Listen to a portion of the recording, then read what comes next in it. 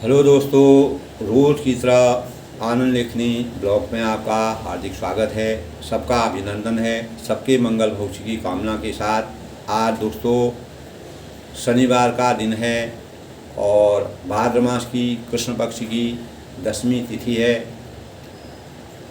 और इसी परिप्रेक्ष्य में दोस्तों शनिदेव न्याय के देवता कहलाते हैं और इसका वृत्तांत तो बड़ा लंबा है दोस्तों। तो शनिदेव जो हैं हमारे जीवन में अगर सकारात्मक दिशा की तरफ रहते हैं तो हमारा जीवन अनेक प्रकार की उपलब्धियों को प्राप्त करता है। और शनि की आराधना कलयुग में अच्छी मानी गई है।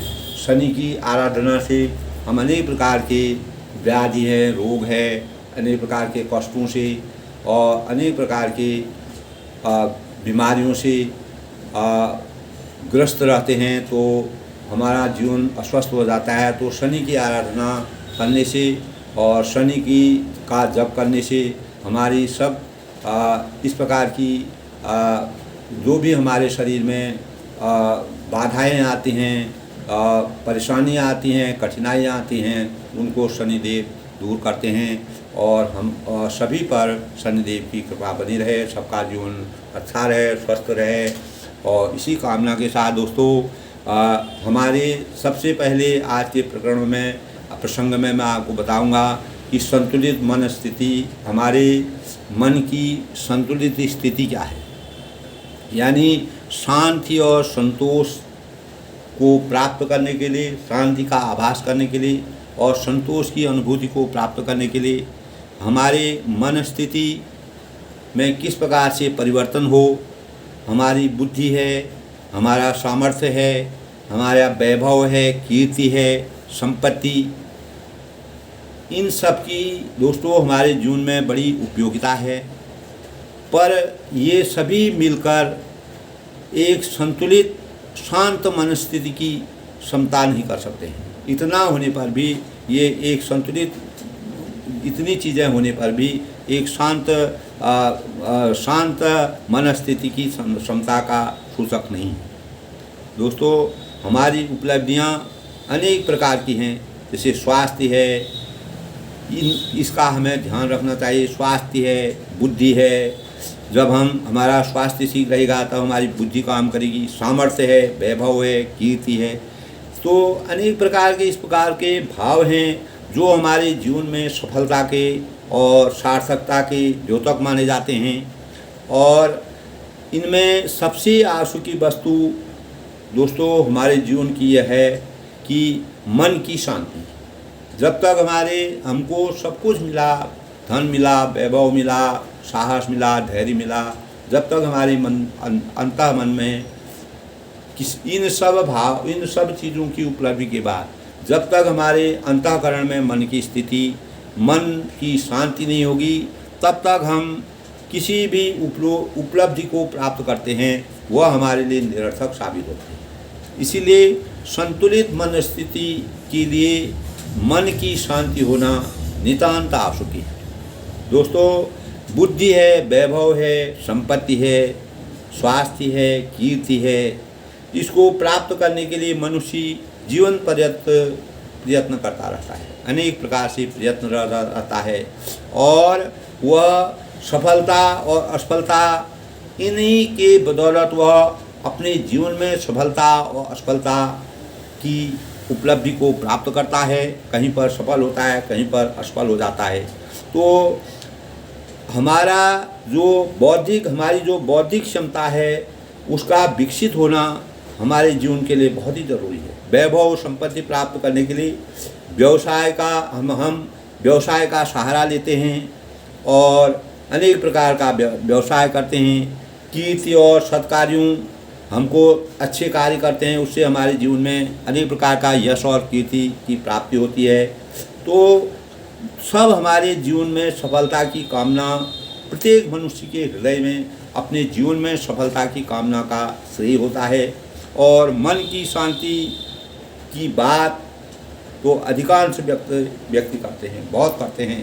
काफ़ी लोग कहते हैं मन की शांति होनी चाहिए तथा उसको मन की शांति को पाने की अपेक्षा भी रखते हैं। तो उन आधारों को ढूंढने और अपनाने के लिए हम लेकिन हम मन की शांति को प्राप्त करने के लिए अपने अंतःकरण में साहस को नहीं जुटा पाते हैं, जिसके परिणाम स्वरूप हमारे अंदर बाह्य वस्तुओं का आकर्षण और अनेक प्रकार के से हम बाहरी चीज़ों के आकर्षण से उपहास के या अवलोकना के पात्र बन जाते हैं, अवहेलना के पात्र बन जाते हैं। तो दोस्तों, मन की शांति आत्म विस्तार के लिए अनेक प्रकार के प्रयास करने पड़ते हैं। अपने को साधना में ढालना पड़ता है और अपने को संतुलित करना पड़ता है और किसी प्रकार के असंतोष की भावना अपने जीवन में नहीं आने देनी है।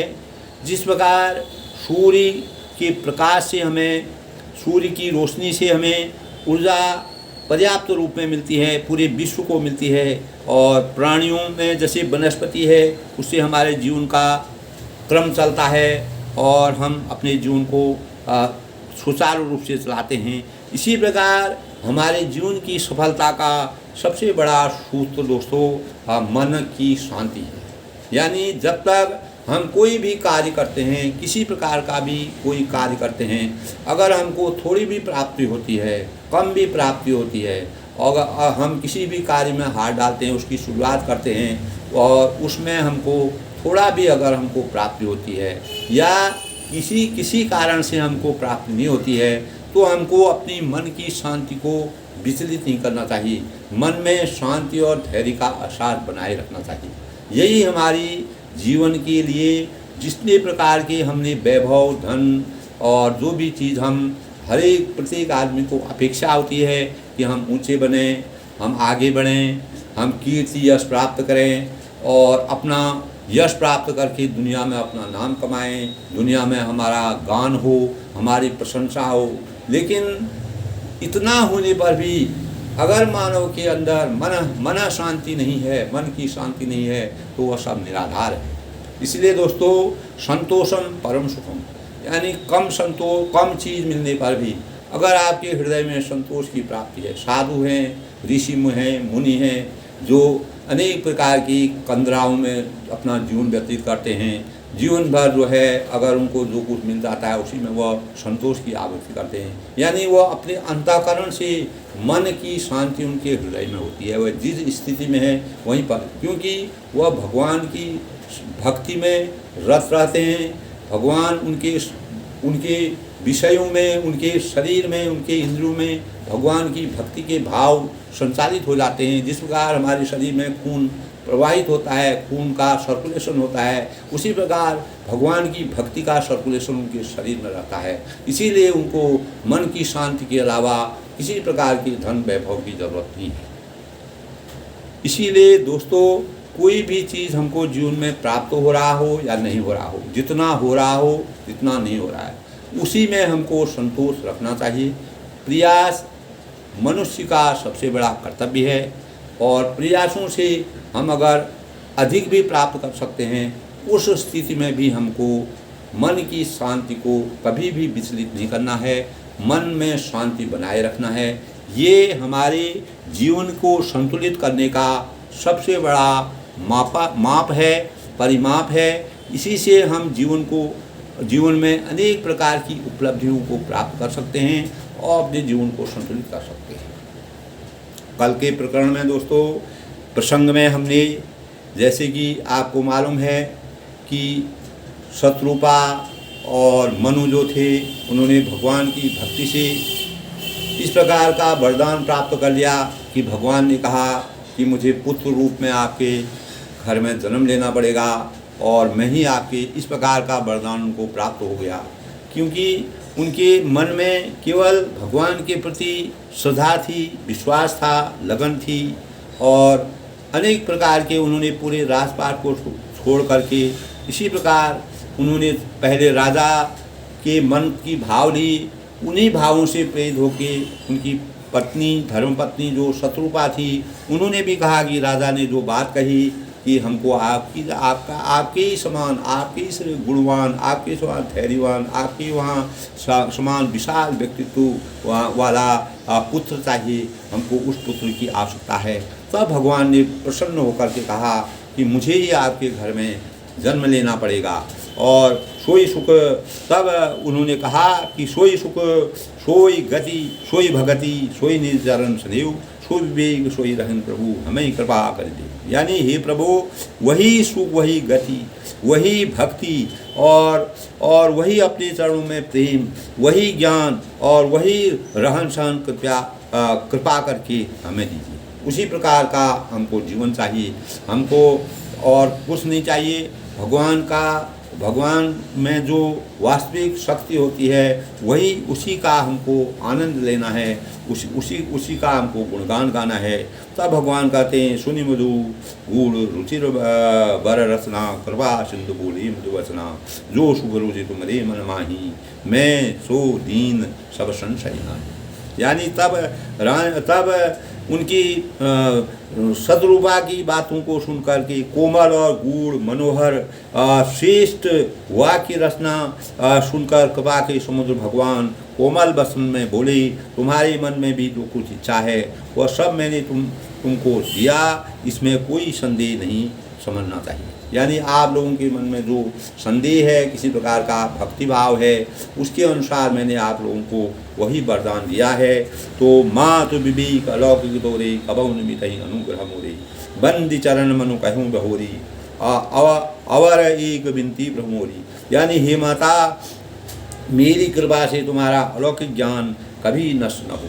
यानी आपका ज्ञान साकार है, आप युगों तक ज्ञानी बने रहें, आपके अंदर भगवान की भक्ति का हमेशा सृजन हो और आपका जीवन आलोकित हो। इस प्रकार के भावों से भगवान ने उनको कहा। और तब मनु ने भगवान के चरणों की वंदना करके फिर कहा, हे प्रभु, मेरी एक विनती और है। तब उन्होंने एक विनती के लिए, एक प्रार्थना के लिए और कहा, शुद्ध विषय के तब पद रति हो, मुहि बड़ मूड कहे कि न को, येनि बिनु फनि जिमी जल बिनु मीना, मम जीवन तिमी तुम ही अधीना। यानी उन्होंने कहा कि आपके चरणों में मेरी वैसी प्रीति हो, केवल वह भगवान की भक्ति और उनके चरणों का आशीर्वाद लेना चाहते हैं, भगवान की भक्ति में लीना होना चाहिए। इसी प्रकार के भाव मनु ने फिर अपनी बार बार वही बात कही। और जैसी पुत्र के लिए पिता को होती है, एक पुत्र की प्राप्ति के लिए पिता के मन में अनेक प्रकार के भाव होते हैं।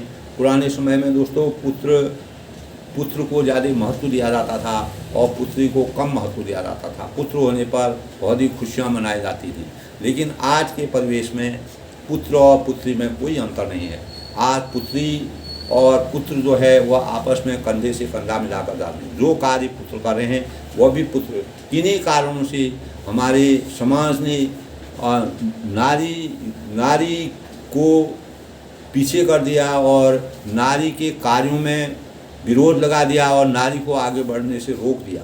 तो इस प्रकार के भाव पहले लोगों के मन में था कि पुत्र की प्राप्ति हो और पुत्र से ही मुझे मोक्ष मिलेगा। जब पुत्र मेरा होगा तभी मुझे आगे का रास्ता मेरा प्रशस्त होगा। लेकिन आज के परिवेश में ऐसा नहीं है। लेकिन उन्होंने पुत्र के लिए, जिस प्रकार पुत्र के लिए पिता की चाह होती है, उसी प्रकार मेरे हृदय में भी इस प्रकार की चाह है। मेरा जो वरदान है इसको आप सुनिएगा। और भारी मूर्ख भली वह कितना भी मूर्ख ही न हो, अगर पिता को यही चाह होती है कि मेरा पुत्र हो। पहले प्राचीन समय में इस प्रकार की मान्यता थी, पुत्र हो चाहे वह कैसा भी हो, अंधा हो, लूला हो, कंगड़ा, कैसा भी हो, लेकिन मुझे पुत्र की प्राप्ति की अभिलाषा रहती थी। और जैसे मणि के बिना सांप जो है, अपने मणि के बिना सांप और जल के बिना मछली नहीं रह सकती। जब तक सांप के पास मणि पक्का होगी और जल के बिना, जल में से अगर मछली को बाहर निकाला जाता है तो जल जीवी जल में रहने वाली मछली होती है, मछली को अगर हम जल से थोड़ा भी बाहर निकाल लाते हैं तो जिस प्रकार हम पानी में डूबने के बाद तरसते हैं, उसी प्रकार मछली पानी से बाहर आने पर तरसती है। एक दूसरे के विपरीत हैं और एक दूसरे का जीवन भगवान ने सृष्टि की रचना करके हर प्राणी के जीवन को हर जगह पर रखने के लिए उस प्रकार से जीवन की रचना की, उस प्रकार से उनके अंग बनाए। तो मछली बिना पानी के कभी नहीं रह सकती है। उसी प्रकार हमको अगर पानी के अंदर डाल दिया जाता है, हम भी तड़पते हैं, जिस प्रकार मछली पानी से बाहर आने पर तड़पती है। तो इसी प्रकार मेरा भी मन तड़प रहा है, इस प्रकार की मुझे अभिलाषा है, इस प्रकार की मुझे इच्छा है और मेरा मन नहीं रह सकता है उनके बिना। वैसे ही मेरा जीवन आपके अधीन रहे, यानी मेरा जीवन आपके बिना हमेशा तड़पता रहेगा, यानी आपके चरणों में मेरा ध्यान लगा रहे। जिस प्रकार मछली पानी से बाहर निकल करके वो तड़पती है और जब सांप जो होता है वह बिना मणि के परेशान हो जाता है, उसका जीवन निरर्थक है, उसी प्रकार आपके बिना हमारा जीवन निरर्थक है। और अस बरु मांग चरण गही रहूँ ए मस्तक बांध कहूँ, अब तुम मम अनुशासन मानी बसों जाय सुरपति राजधानी। ऐसा बर माँ कर राजा भगवान की चरण पकड़ कर रह गई, उनके चरण स्पर्श को उन्होंने पकड़ लिया। और तब दया के निधान भगवान ने कहा ऐसा ही हो, उन्होंने वैसा ही वरदान देने के लिए कहा। जब भगवान किसी पर प्रसन्न हो जाते हैं, भक्ति पर प्रसन्न हो जाते हैं, तो वह इस प्रकार का वरदान दे देते हैं जो उसके जीवन को मोक्ष की प्राप्ति कर देता है, सिद्धि की प्राप्ति हो जाती है। अब तुम मेरी आज्ञा मानकर देवराज इंद्र की राजधानी में जाकर वास करो। तब भगवान ने कहा देवराज इंद्र में जाओ, जो इंद्रलोक है वहाँ जाइए और वहाँ आप वास करिए। आगे क्या होगा वह जो है आपको खुद ही पता चल जाएगा। मैंने वरदान दे दिया। भगवान ने इस प्रकार की बात कह करके और उन्होंने जहाँ तहाँ करी भोग विशाल तात गई करु काल पुनी, यानी तात गई कछु काल पुनी तहाँ करी भोग विशाल, तब में होग तुम्हार सुताओ हो यम अवध। यानी हे तात, वहाँ स्वर्ग के बहुत से भोग कर कुछ काल बीत जाने पर तुम अवध के राजा होगे। यानी उन्होंने कहा कि कुछ समय स्वर्ग का भोग करने के बाद आप अवध के राजा होंगे, ये उन्होंने भगवान ने उनसे कहा, और तब मैं तुम्हारा पुत्र होऊंगा। वही रामचंद्र जी वहाँ प्रकट हुए। फिर दशरथ के वहाँ जो है वही रामचंद्र जी प्रकट हुए। प्रसंग ये है। तो मनु और शत्रुपा का जो वरदान था, भगवान रामचंद्र जी को मर्यादा पुरुषोत्तम, तब भगवान शिव जी पार्वती को भी बताते हैं कि मतलब पार्वती की मन में अनेक प्रकार की इच्छा है कि भगवान ने मनुष्य रूप में क्यों जन्म लिया। वह प्रकरण अब तुलसीदास जी ने स्पष्ट कर दिया है कि शत्रुपा और मनु की भक्ति भाव से प्रसन्न होकर भगवान ने राजा दशरथ के वहाँ पुत्र रूप में जन्म लेने का, और वही उन्होंने कहा कि आप राजा दशरथ के वहाँ हेतात वहाँ स्वर्ग के बहुत से भोग कर स्वर्ग में जितने प्रकार के भी सुख भोग हैं उनका भोग होकर उनको प्राप्त करके कुछ समय बीत जाने के बाद, कुछ समय के बाद आप अवध के राजा होंगे। आप फिर जन्म लेंगे और आप अवध के राजा होंगे और मैं तुम्हारा पुत्र। ये भगवान की मर्यादा का सबसे बड़ा रहस्य है। दोस्तों, जब हम रामायण को पढ़ते हैं ये चीज़ें किसी को भी मालूम नहीं होती हैं कि ये क्या है।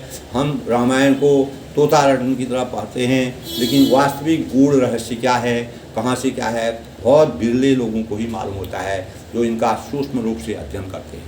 तो शत्रुपा और मनु के भक्ति भाव से, प्रेम भाव से, भगवान के प्रति समर्पण के भाव से इस प्रकार का वरदान मिला।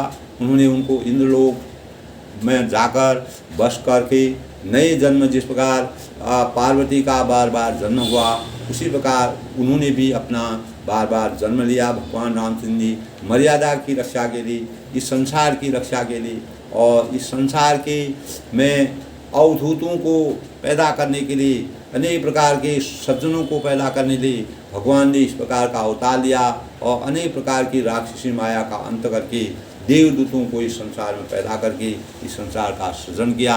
और संसार में जो जीव थे, जो प्राणी थे, जो असहाय थे, जो परेशान थे उनका सृजन किया और उनकी रक्षा करने का वचन दिया।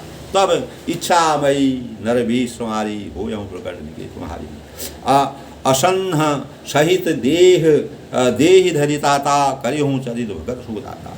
तब इच्छा निर्मित मनुष्य रूप सच कर, यानी इच्छा के अनुसार निर्मित जो मानव का शरीर होता है, सच कर मैं तुम्हारे घर प्रकट होऊंगा। तब भगवान जो हैं मैं सच धर करके आपके वहाँ आऊँगा, प्रकट होऊंगा और हितात मैं अपने अंशों सहित देह धारण करके भक्तों को सुख देने वाले और अनेक प्रकार की भक्तों को सुख देने वाला की रचना करूँगा। दोस्तों, जब आदमी की मृत्यु हो जाती है, मृत्यु होने के बाद जो है आदमी यह लोक की बातों को भूल जाता है।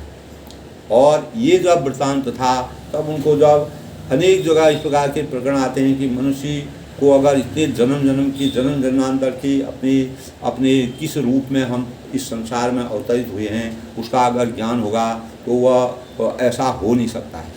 तो भगवान ने इस प्रकार की रचना रची और उसी बात को उन्होंने कहा। अगले जन्म में वो खुद ही भूल जाएंगे कि हमारा पहले जन्म में क्या जन्म हम क्या थे। तो भगवान ही उस चीज़ को जान सकते हैं। मर्यादा पुरुषोत्तम भगवान रामचंद्र जी जो है अनेक कालों में जन्म लेकर के उन्होंने अनेक प्रकार के जो अनेक प्रकार के दुराचारी लोग थे, अन्यायी थे, जो समाज को परेशान कर रहे थे, समाज में अवहेलना के पात्र थे, उनको सृजन करने का उनको नष्ट करके और सज्जनों का सृजन करने के लिए इस संसार में बार बार जन्म लिया और तब तुम्हारा पुत्र होऊंगा। तब उन्होंने कहा इच्छा रहित मनुष्य सत्कर मैं तुम्हारे घर में प्रकट होऊंगा और हेतार मैं अपने अंशों सहित देह धारण करके भक्तों को सुख देने वाला इस प्रकार की चैत्र लीला में करूँगा। इस प्रकार के चैत्रों का मैं निर्माण करूँगा जिससे कि मतलब इस संसार को सुख की अनुभूति होगी। जे सुनिसादर नर बढ़वागी अवतरी ममता पद त्यागी आदि शक्ति यही जग उपजाया सोई अवतर ही बोरी भगवान। यानी भगवान का जब आशीर्वाद हो जाता है, भगवान की कृपा हो जाती है, भगवान के दिव्य दर्शन हो जाते हैं तो उसके बाद कोई भी मनुष्य होता है अगर को सिद्धि प्राप्ति होती आती है, भगवान की शरण में जाता है, भगवान के दिव्य दर्शन हो जाते हैं तो उसके मनोभाव पूर्ण रूप से परिवर्तित हो जाते हैं। फिर इस प्रकार के जो पुत्र मोह और इस प्रकार के मोह होते हैं, मोह भावनाओं से दूर हो जाते हैं। भगवान की ये शक्ति है। लेकिन उन्होंने वरदान में यही बात कही तो जिन चैत्रों को बड़े भाग्यशाली मनुष्य आदर सही सुनकर ममता मद और त्याग कर भवसागर से तर जाते हैं। यानी जितने भी चैत्र हैं जो इस संसार रूपी महानाट्यशाला में जो भाग्यशाली मनुष्य आदर सहित इस वृत्तांत को सुनते हैं, ममता और मद त्याग कर अनेक प्रकार की ममता माया ममता मोह और उसको त्याग करके भवसागर से तर जाते हैं। इसी प्रकार मनु और शत्रुपा भी भवसागर को से तरने के लिए भगवान के शरण में आए और भगवान की भक्ति में इतना विरक्त हो गए कि मतलब उनको आदि शक्ति प्राप्त होगी। यह मेरी स्वरूपा माया भी जिसके जगत को उत्पन्न किया अवतार लेगी। तब उन्होंने कहा, भगवान रामचंद्र जी कहा कि मेरी आदि शक्ति जो है तो अवतार लेगी, तब आप उस स्वरूप को देखेंगे। ऐसा वृत्तांत तो उन्होंने कुछ समय बीत जाने के बाद जब आप इंद्रलोक में जाएंगे, वहाँ कुछ समय व्यतीत करेंगे, उसके बाद खुद ही आप राजा दशरथ के रूप में पैदा होंगे, तब मैं आपके वहाँ पुत्र रूप में आऊँगा। भगवान की लीला है। पूर्व में अभिलाष तुम्हारा सत्य सती पर सत्य हमारा पुनि पुनि अस कही कृपा निधाना अंतर ध्यान गए भगवान। तब इस प्रकार मैं तुम्हारी अभिलाषा पूरी करूँगा। यानी जो आपके मन में पुत्र प्राप्त की जो अभिलाषा है, जो आपका मन लालायित है, जो आप पुत्र को चाहते हैं, तो मैं आपकी इच्छा इस प्रकार से पूरी करूँगा। और मेरा प्रण आप मेरा सत्य समझिए, ये बिल्कुल ब्रह्मलेख समझिए और सत्य है। और कृपा निधान भगवान बार बार ऐसा कहकर अंतर ध्यान हो गई। तब भगवान जो है इतना कह करके जब भगवानों के दर्शन उनको हो गए, सब भगवान ने अपना वरदान दे दिया। वरदान दे करके वह खुद ही अंतर ध्यान हो गए। तब उनको पता ही नहीं चला कि भगवान इतना कह कर इधर। अब उनके मन को शांति हो गई, भगवान के दर्शन हो गए। भगवान ने उनको वरदान दे दिया और दूसरे जन्म का भी कल्याण होकर उनको मुक्ति की प्राप्ति हो। तो इस प्रकार दंपति उर धरी भगत कृपाला ती आश्रम निवसी पशुपाला समय पाय तनु तरी अन्यासा जाय की अमरावती भाषा। यानी वे स्त्री पुरुष राजा रानी भक्तों पर कृपा करने वाले भगवान को हृदय में धारण करके कुछ काल तक उस आश्रम में रहे। तब वह दोनों जो है राजा रानी जो थे भक्तों पर कृपा करने वाले भगवान को हृदय में, तब उन्होंने अपने मन मंदिर में, अपनी मन स्थिति में, अपने मन के अंदर, अपने भाव में, अपने विचारों में, अपने अंतर्मन में, अपने रक्त में, अपने शरीर की इंद्रियों में भगवान को पूर्ण रूप से धारण किया। और जिस प्रकार हम अपने वस्त्रों को धारण करते हैं उसी प्रकार उन्होंने भगवान की शक्ति को अपने अंदर धारण किया। और कुछ काल तक वह आश्रम में रहने का उन्होंने वचनबद्ध हो गए और आश्रम में रहे। उन्होंने समय पाकर सहजी बिना किसी कष्ट के शरीर छोड़कर अमरावती इंद्र की पुरी में जाकर वास किया। तब उन्होंने अपना शरीर छोड़कर इस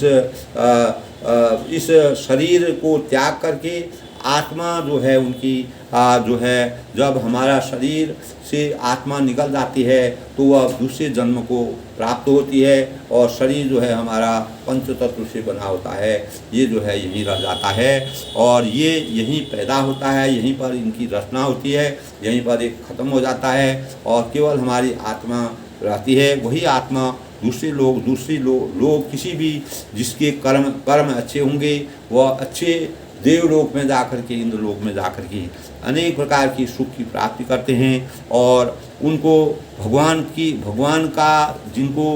जिनको भगवान के दर्शन हुए, भगवान ने साक्षात उनको मनु और शत्रुपा को दर्शन कराए हैं, तो वह उनका पूरा वृत्तांत तब उन्होंने अपने शरीर को त्याग करके अमरावती इंद्रपुरी में जाकर अपना वास किया। तब यह इतिहास पुनीत यदि उमहि प्रसिद्ध भरद्वाज सुन अपर पुनि राम जन्म करे। तब याज्ञवल्क्य जी कहते हैं, भरद्वाज जी से याज्ञवल्क्य जी कहते हैं कि हे भरद्वाज, इस अत्यंत पवित्र इतिहास को शिव जी ने पार्वती से कहा था।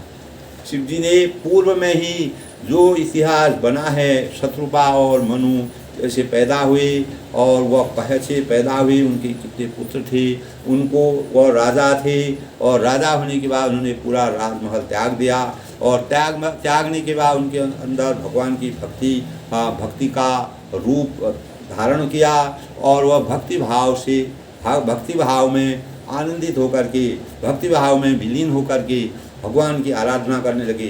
तो भगवान पूर्ण रूप से उनकी भक्ति से प्रसन्न हुए और अनेक प्रकार के उन्होंने उनकी भक्ति की। वह उनके अंग में, अंग प्रत्यंग में भगवान की भक्ति के भाव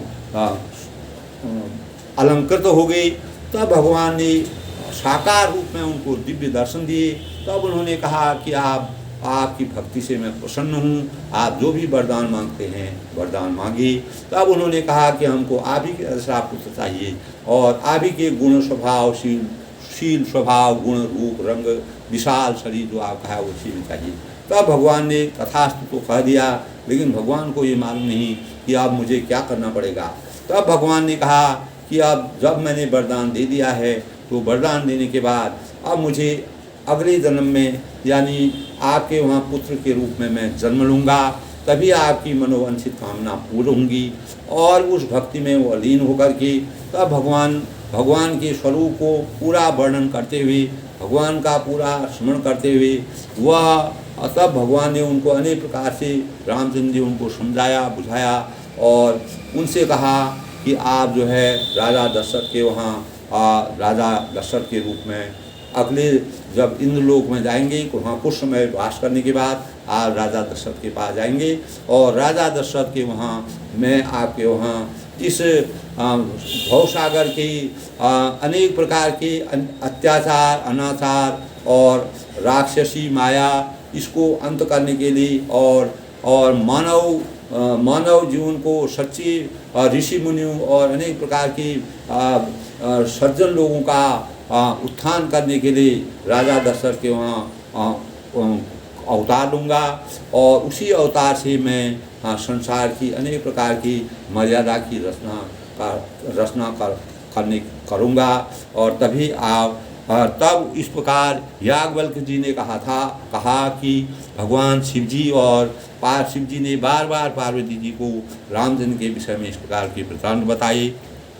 और तब शिव जी पार्वती ने कहा था अब श्री राम जी के अवतार लेने का पूरा कारण सुनो। यानी श्री राम जी का पूरा अवतार उन्होंने क्यों लिया, उसका कारण आगे क्या होता है वह हमको समझे। सुनि मुनि कथा पुनीत पुराणी जो गिरिजावली शंभु पुराणी विश्व विदित केकवदेशु सत्यदेव।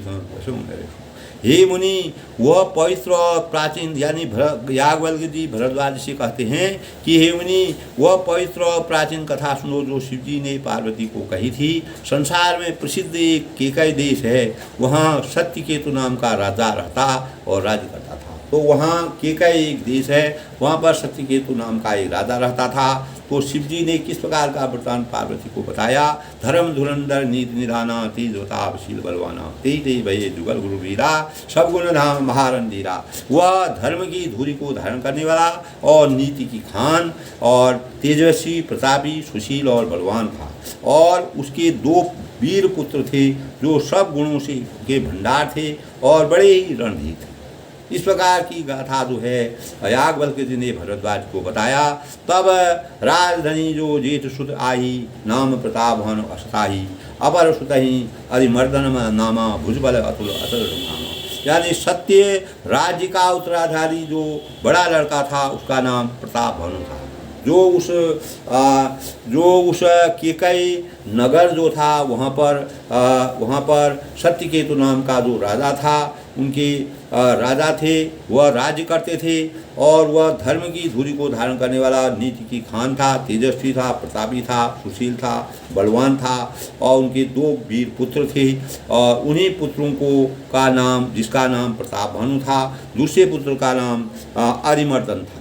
यानी अरिमर्दन और प्रताप भानु ये 2 पुत्र थे।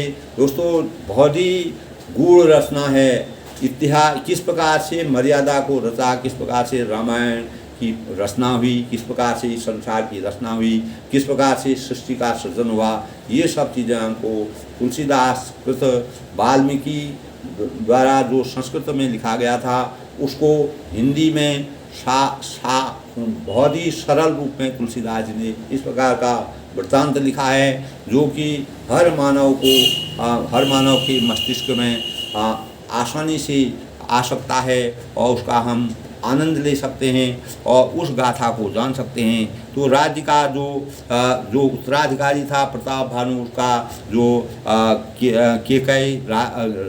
केकय नगर में जो राजा थे उनका नाम सत्यकेतु था। तो उनके 2 पुत्र थे, एक प्रताप भानु थे, दूसरे अरिमर्दन थे और जिनकी भुजाओं में वह अपार बलशाली थे।